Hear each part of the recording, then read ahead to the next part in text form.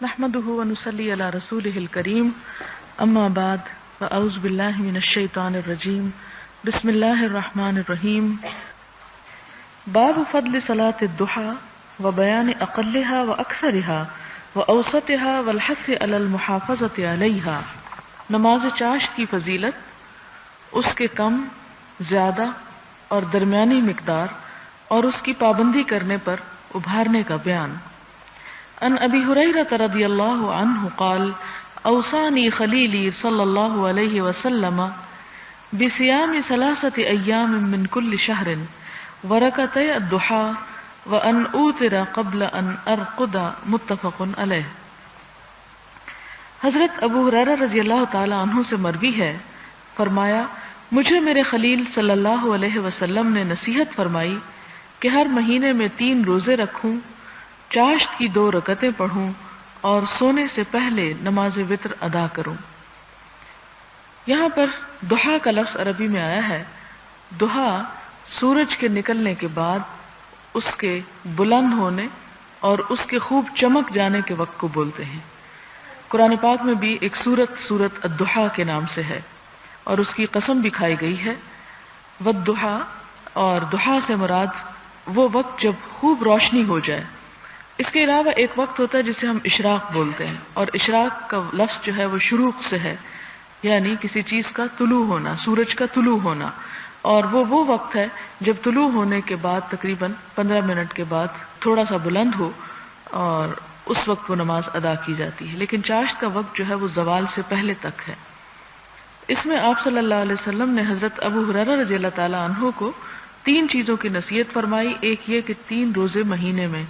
اور یہ ہر مہینے میں مراد اس سے مسنون روزے ہیں، انہیں ایام بیض کے روزے کہا جاتا ہے، یعنی 13ویں، 14ویں اور 15ویں کا روزہ۔ کہا یہ جاتا ہے کہ جب چاند اپنے پورے جوبن پر ہوتا ہے، اپنے عروج پر ہوتا ہے، تو اس وقت اس کے اثرات جو ہیں انسانی طبیعتوں پر بھی ہوتے ہیں، اور اب تو یہ ایک سائنٹیفک فیکٹ بن چکا ہے اور سب لوگ اس بات کو جانتے ہیں کہ خاص طور پر آپ نے دیکھا ہوگا کہ سمندر کی لہریں جو ہیں وہ مہینے کی ان 3 راتوں میں زیادہ اونچی ابھر کر آتی ہیں۔ چاند کے اندر بھی پانی ہے، انسانی جسم کے اندر بھی پانی پایا جاتا ہے، تو جب وہ اپنے پورے یعنی فل مون ہوتا ہے، اس وقت اس کی روشنی جو ہے وہ انسان کے اوپر اثر انداز ہوتی ہے۔ اور اس بات کی بھی تحقیق کی گئی کہ مہینے کی کون سی تاریخیں ایسی ہوتی ہیں کہ جب طلاق ریٹ سب سے زیادہ ہوتا ہے، یعنی یہاں تک بھی دیکھا گیا، اور وہ بھی یہی دن سامنے آتے ہیں۔ یعنی اس میں انسان اپنی طبیعت کے اندر ایک جوش، ایک جوبن اور ایک خاص کیفیت پاتا ہے اضطراب یا بے چینی کی، جس کے نتیجے میں انسان کے اوپر اس کے دوسرے احساسات زیادہ غالب ہوتے ہیں۔ تو شاید یہی وجہ تھی کہ خاص طور پر مہینے میں یہ بھی ہو سکتا تھا کہ ایک روزہ شروع میں رکھ لیا جائے، ایک درمیان میں رکھ لیا جائے اور ایک آخر میں رکھ لیا جائے، لیکن آپ صلی اللہ علیہ وسلم نے ان 3 دنوں کے روزے رکھنے کو زیادہ پسندیدہ قرار دیا۔ اگرچہ نفل روزہ کسی وقت بھی رکھا جا سکتا ہے، جیسا کہ آپ صلی اللہ علیہ وسلم سوموار اور جمعرات کے روزے کو پسند کیا کرتے تھے، لیکن خاص طور پر جس کے بارے میں یہاں کہا گیا کہ میں ان چیزوں کو پابندی سے ادا کروں، اگرچہ یہ فرض نہیں ہے، اور وہ 3 روزے جو لگاتار 13ویں، 14ویں اور 15ویں کا ہے، اور چاشت کی 2 رکعتیں، جس سے یہ پتہ چلتا ہے کہ کم از کم 2 رکعت نماز ادا کرنی چاہیے، اور سونے سے پہلے وتر ادا کروں، یعنی اس سے یہ پتہ چلتا ہے کہ وتر ادا کرنے کا ایک وقت عشاء کی نماز کے ساتھ ہی ہے۔ اس کے بعد ہے کہ سونے سے پہلے وتر پڑھنا اس شخص کے لیے مستحب ہے جسے رات کے آخری حصے میں بیدار ہونے کا یقین نہ ہو۔ یہ تفسیر جو ہے امام نووی خود کر رہے ہیں، آپ صلی اللہ علیہ وسلم کے الفاظ نہیں۔ اور اگر یقین ہو تو رات کے آخری حصے میں وتر پڑھنا زیادہ اچھا ہے، یعنی افضل وقت اس کا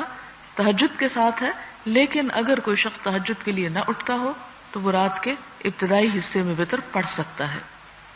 اگلی حدیث حضرت ابو ذر رضی اللہ تعالی عنہ سے مروی ہے کہ حضور صلی اللہ علیہ وسلم نے فرمایا، صبح ہی سے تمہارے جسم کے ہر جوڑ کے ذمہ ایک صدقہ ثابت ہو جاتا ہے، پس ہر دفعہ سبحان اللہ کہنا ایک صدقہ ہے، ہر دفعہ الحمدللہ کہنا ایک صدقہ ہے، ہر دفعہ لا الہ الا اللہ کہنا ایک صدقہ ہے، ہر تکبیر ایک صدقہ ہے، نیکی کا حکم دینا بھی ایک صدقہ ہے، برائی سے روکنا بھی ایک صدقہ ہے، اور اس تمام سے 2 رکعتیں کفایت کر جاتی ہیں جو آدمی چاشت کے وقت پڑھتا ہے۔ یعنی انسان ہر روز جب ایک نیا دن اپنی زندگی میں پاتا ہے صحت اور تندرستی اور سلامتی کے ساتھ، کہ اس کو ایک نیا دن زندگی کا عمل کے لیے مل جاتا ہے، تو اس کے اوپر ایک شکرانہ لازم ہوتا ہے۔ وہ شکرانہ کس کس طرح ادا ہو سکتا ہے؟ ذکر کرنے سے، اور جس میں یہاں سبحان اللہ کا ذکر اور الحمدللہ اور لا الہ الا اللہ بتایا گیا۔ اسی طرح اللہ اکبر، ہر تکبیر ایک صدقہ ہے، یعنی اللہ اکبر کہنا صدقہ ہے۔ پھر دوسرے کو اچھی بات بتانا اور بری بات سے روکنا بھی، اور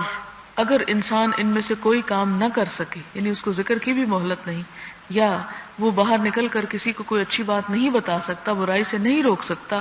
تو اگر وہ 2 رکعت چاشت پڑھ لیتا ہے تو گویا اس نے اپنے ذمے بہت سی چیزوں کو ادا کر دیا۔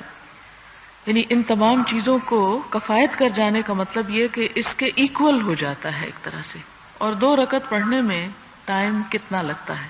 یعنی اگر ہم میں سے ہر شخص صرف یہ دیکھے کہ جب ہم صبح کے وقت تیار ہوتے ہیں، اس تیاری میں اگر انسان صرف چہرہ دھونے کی بجائے یا صرف ہاتھ پاؤں دھونے کی بجائے اگر پراپر وضو کر لے، اور وضو کرنے کے ساتھ جب انسان کپڑے بھی تبدیل کر رہا ہے، تو باہر جانے کے لیے بھی ہم اتنی دیر لگاتے ہیں تیار ہونے کو، تو 2 رکعتیں زیادہ سے زیادہ بھی اگر ہم سے ٹائم لے تو 5 منٹ ہے، 5 منٹ سے زیادہ نہیں لیتی، لیکن وہ اس دن کا ایک طرح سے شکرانہ ادا ہو جاتا ہے۔ اور اللہ تعالیٰ کا یہ وعدہ ہے لَإِن شَكَرْتُمْ لَأَزِيدَنَّكُمْ، اگر تم اپنی نعمتوں پر شکر ادا کرو گے تو میں تمہیں اور عطا کروں گا۔ پھر اس کے بعد حضرت عائشہ کی روایت ہے، فرمایا حضور صلی اللہ علیہ وسلم چاشت کی 4 رکعتیں پڑھتے تھے اور اس میں جو چاہتے اضافہ فرما لیتے۔ یعنی اس پہلی حدیث سے 2 رکعتیں، یہ کنٹرڈکشن نہیں، یعنی یہ مختلف، چونکہ نفل نماز ہے اس لیے اس کے مختلف رکعتوں کا ذکر ہے، ایک میں 2 کا ذکر ہے، اب اس روایت میں 4 کا ذکر ہے، اور یہ ساتھ ہی یہ بھی فرما دیا گیا کہ اور جتنا چاہتے اضافہ کر لیتے، یعنی 4 بھی آخری چیز نہیں، 6 بھی ہو سکتا ہے، 8 بھی ہو سکتا ہے، 10 بھی ہو سکتا ہے، 12 تک بھی جا سکتا ہے، کیونکہ یہ نفل ہے اور نفل ہر ایک انسان کی اپنی خوشی کی بات ہے۔ حضرت ام ہانی فاختہ بنت ابی طالب رضی اللہ تعالی عنہا سے مروی ہے، فرمایا میں فتح مکہ کے سال حضور صلی اللہ علیہ وسلم کے کاشانہ اقدس پر گئی، یعنی آپ کے گھر تشریف لے گئی۔ میں نے آپ کو غسل کرتے ہوئے پایا،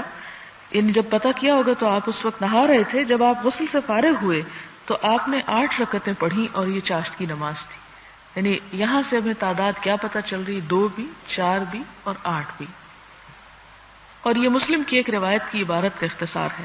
اور آپ دیکھیں کہ 8 خاص طور پر کیوں پڑھی، کہ اس دن مکہ فتح ہو رہا تھا، اللہ تعالیٰ نے ایک بہت بڑی نعمت عطا کی اور ایک بہت بڑی خوشی کا موقع تھا، اور جتنی بڑی خوشی اللہ تعالیٰ دے اتنا ہی بڑا شکر جو ہے انسان پہ لازم ہو جاتا ہے، اس لیے اس روز آپ نے رکعتوں کی تعداد میں بھی اضافہ فرمایا۔